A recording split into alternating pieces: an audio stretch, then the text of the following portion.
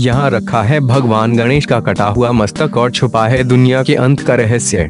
हिंदू धर्म में किसी भी शुभ कार्य की शुरुआत सर्वप्रथम गणेश जी की आराधना करके की जाती है। भारत एक ऐसी देवभूमि है, यहाँ लाखों देवी देवताओं को लोग अपने आराध्य के रूप में पूजते। गणेश जी के जीवन को लेकर आपने कई तरह की कहानियां पढ़ी और सुनी होगी। आपने यह भी सुना होगा है कि एक बार भगवान शिव जी को क्रोध आ जाता है और उस क्रोधवश के कारण वे अपने पुत्र यानी गणेश जी का सिर धड़ से अलग कर देते हैं, लेकिन बाद में क्रोध शांत होने पर और माता पार्वती जी के विनती करने पर भगवान शिव जी अपने पुत्र गणेश को हाथी का मस्तक सिर लगाया था। क्या आप जानते हो कि जो सिर धड़ से अलग किया गया था वो कहाँ गया था? चलिए आज हम आपको बताते हैं कि गणेश जी का धड़ से अलग किया गया सिर आखिर कहाँ रखा गया है। गणेश जी का धड़ से अलग किया गया मस्तक यहाँ पर रखा है।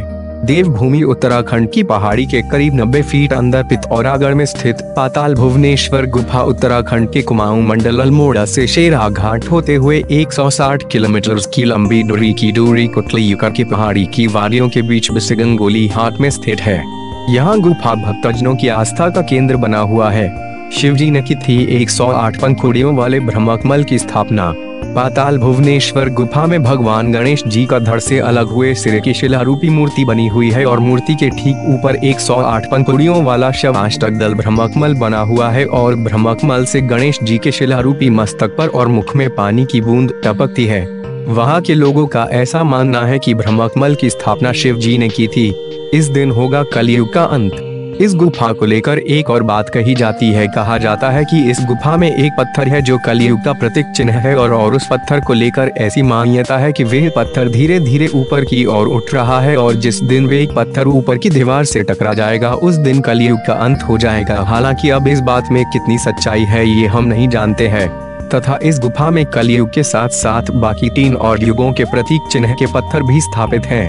गुफा में होंगे केदारनाथ, बद्रीनाथ और अमरनाथ के दर्शन।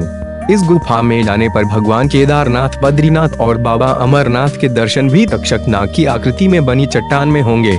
इस गुफा को लेकर एक और धारणा प्रचलित है। कहा जाता है कि कोई व्यक्ति इस गुफा में बनी काल भैरव की मूर्ति में यदि प्रवेश करके पिछले हिस्से यानी पूंछ तक पहुंच जाता है तो उसे मोक्ष प्राप्ति हो जाती है।